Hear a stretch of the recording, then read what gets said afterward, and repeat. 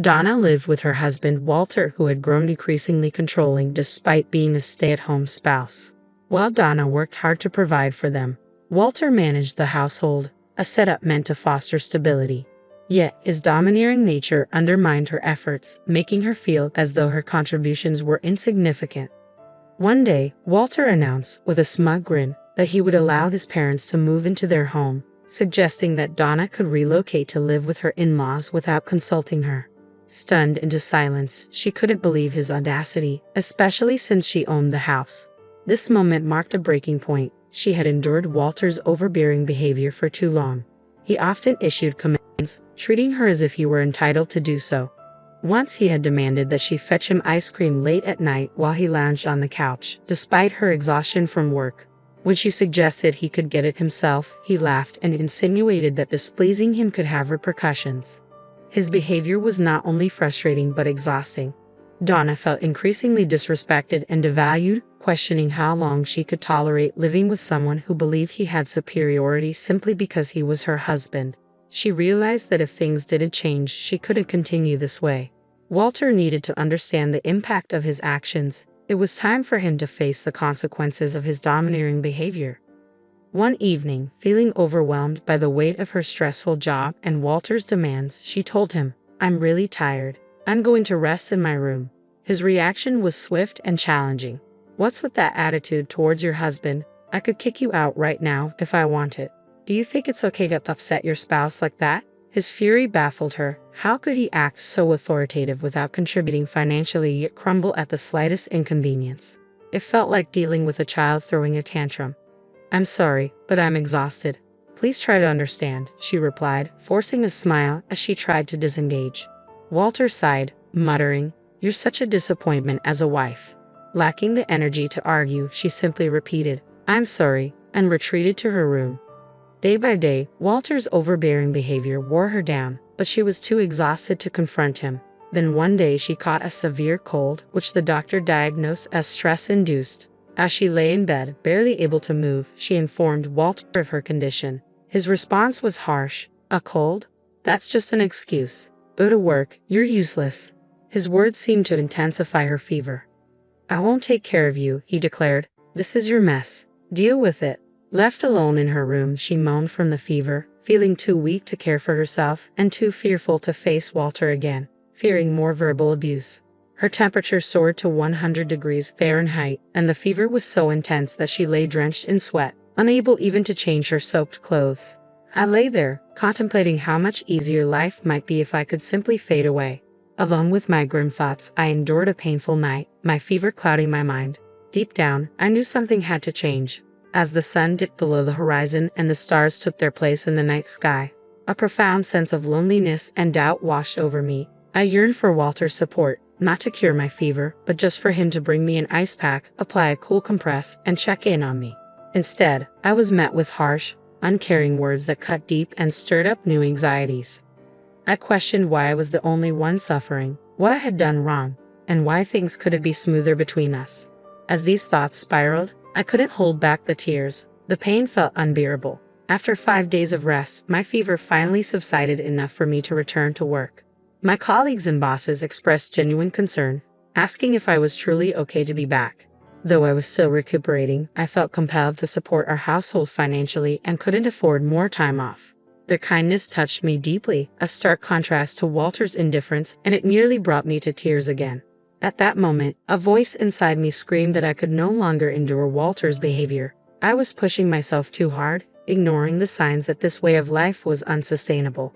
Deep down, I knew I couldn't continue like this without eventually collapsing under the strain. My feelings for Walter had significantly diminished, yet I lacked the energy to consider separation. Amidst this turmoil, I trudged through each day, working hard and returning home exhausted, catering to Walter's unpredictable demands. This had become my daily routine. Then one day, while I sought a moment of peace in my room, Walter called out, wanting to discuss something serious. It had been ages since we had a real conversation. Typically, he made significant decisions unilaterally, and with a heavy heart, I sat down, bracing myself for whatever was to come. To my shock, Walter announced with unexpected enthusiasm, "I'll let my parents move into this house. You can't even cook, so just leave." The first word that slipped from my mouth was, "What?" He continued, "You need to leave because you're living with my in-laws." I was stunned, unable to grasp the reality of his selfish demands. The situation had reached a breaking point, and I realized something had to change. As Walter pressed on, he revealed his plans to transfer ownership of our house into his name and his parents'. He bluntly stated his intentions to divorce me and start a new life, declaring his decision final and immune to my opinions. I felt utterly disregarded, my feelings trampled by decisions made without my consent. Walter, inflated with his man-of-the-house ego, seemed solely focused on his desires. My heart sank as I confronted the reality of how impossible it was to continue living with him while ignoring my growing detachment. "Jerd, you love me so much, don't you?" he said, his voice dripping with false sincerity.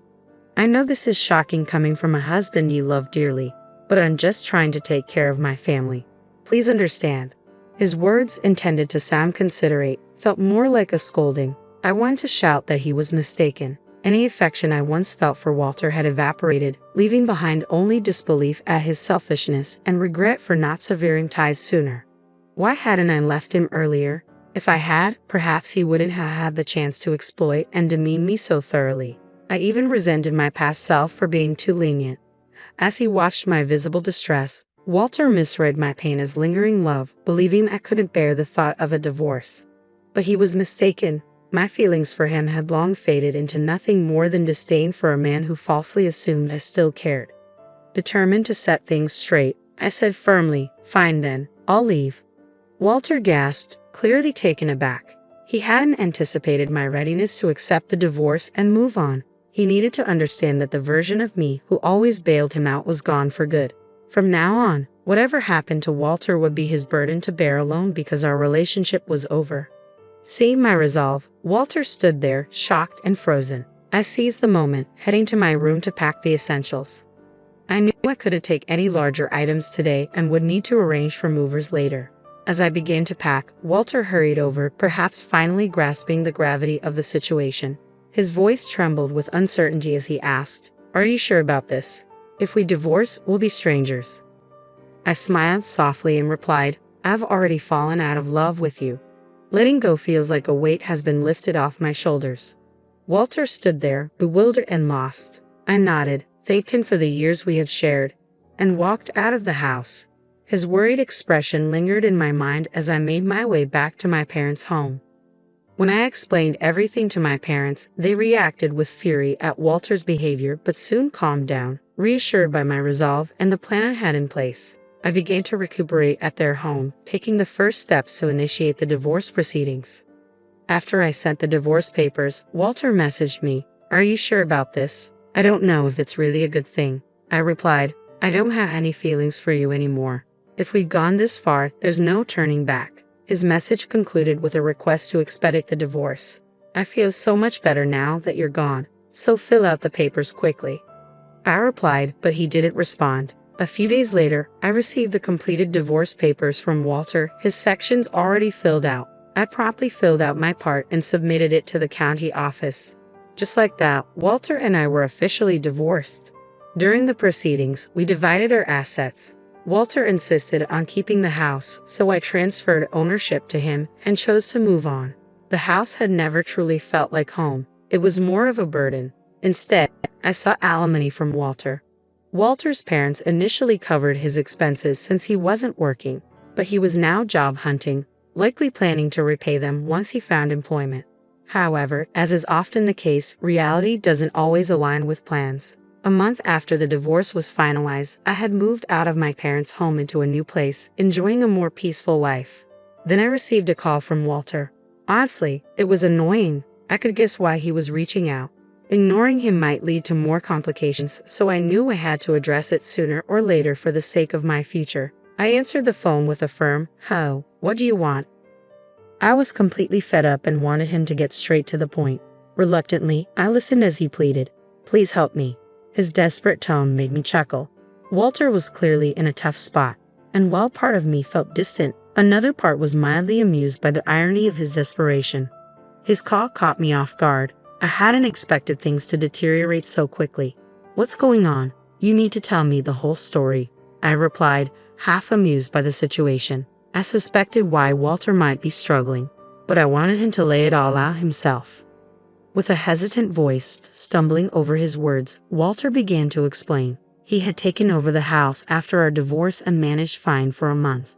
However, he now faced a rent payment he couldn't meet due to his unemployment. Desperate, he had asked my former in-laws for help, but the rent was much steeper than anyone anticipated, about $2,500, a sum they couldn't afford on their fixed income. My former in-laws were livid, accusing him of misleading them. "This isn't what we agreed to," they insisted, placing the blame squarely on Walter. Feeling lost and unsure, he called me, nearly in tears. "I didn't realize the rent would be so high. The place is a mess now. What are you going to do about it?" Frustrated and overwhelmed, Walter was now trying to pin the blame on me. I hadn't discussed the specifics of the rent before our separation, but it was Walter's folly to assume responsibility for the house without grasping the financial commitments involved. He had pushed me away, treating me like an outsider, and now he was facing the consequences of his decisions. Despite this, he seemed unable to accept responsibility and reached out to me for help. I couldn't help but sigh at his audacity. Ignoring the strain in his voice, Walter continued urgently, "Please, I need your help. We can't keep going like this. I need you." His desperation was palpable. The rent due date had likely already passed, which meant they might already be behind on payments.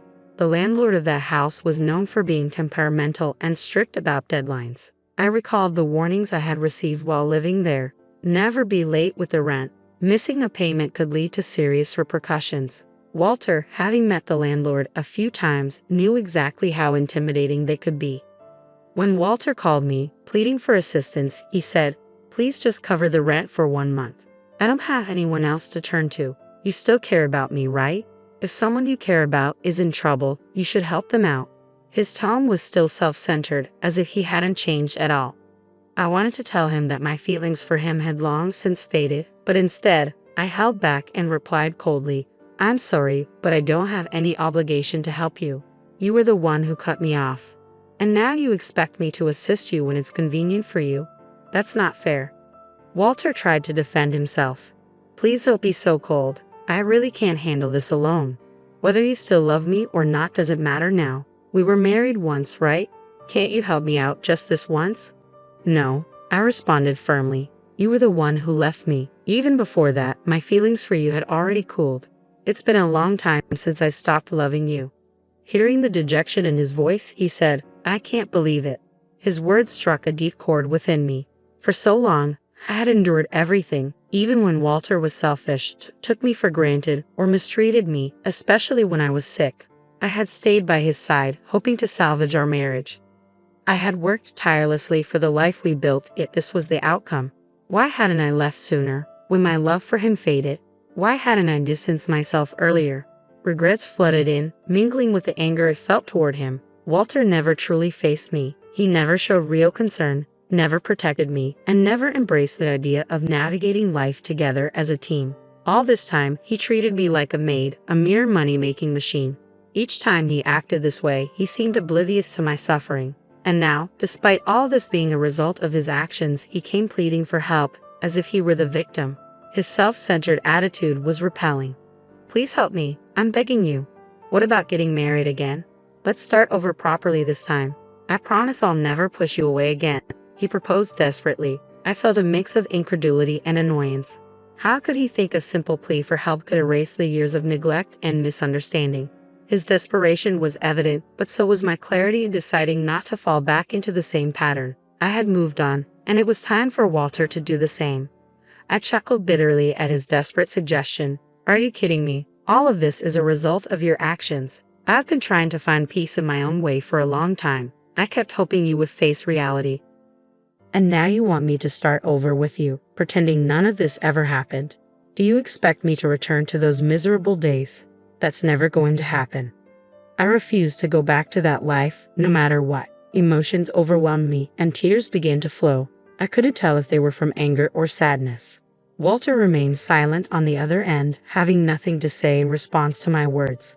Unable to continue the conversation, I simply said goodbye and hung up. Walter didn't call back, and to avoid hearing his voice ever again, I blocked his number. Later, I heard from mutual friends that Walter and his family had been evicted. He had tried to persuade my former in-laws to cover his rent, but they were furious and refused his request, further upsetting the landlord. With no other options, they were forced to leave. Walter hadn't had much luck finding a full-time job and was now working part-time to make ends meet. Meanwhile, my former in-laws had to sell their house and were now crammed into a rundown apartment, all three of them together. As for me, I focused deeply on my work, and my boss even discussed a promotion. There's a possibility I might become the first female manager in our company, and I've received admiration from both colleagues and juniors. Sometimes friends ask if I'm thinking about marrying again. Honestly, after my past experiences, I have a rather negative view of marriage. The idea of dating or marrying again doesn't appeal to me right now. But life is long, and there's no rush. Many people in this generation live happily unmarried. What matters most to me is living without regrets and staying true to myself. With that in mind, I want to continue navigating life at my own pace, embracing whatever comes my way with strength and independence.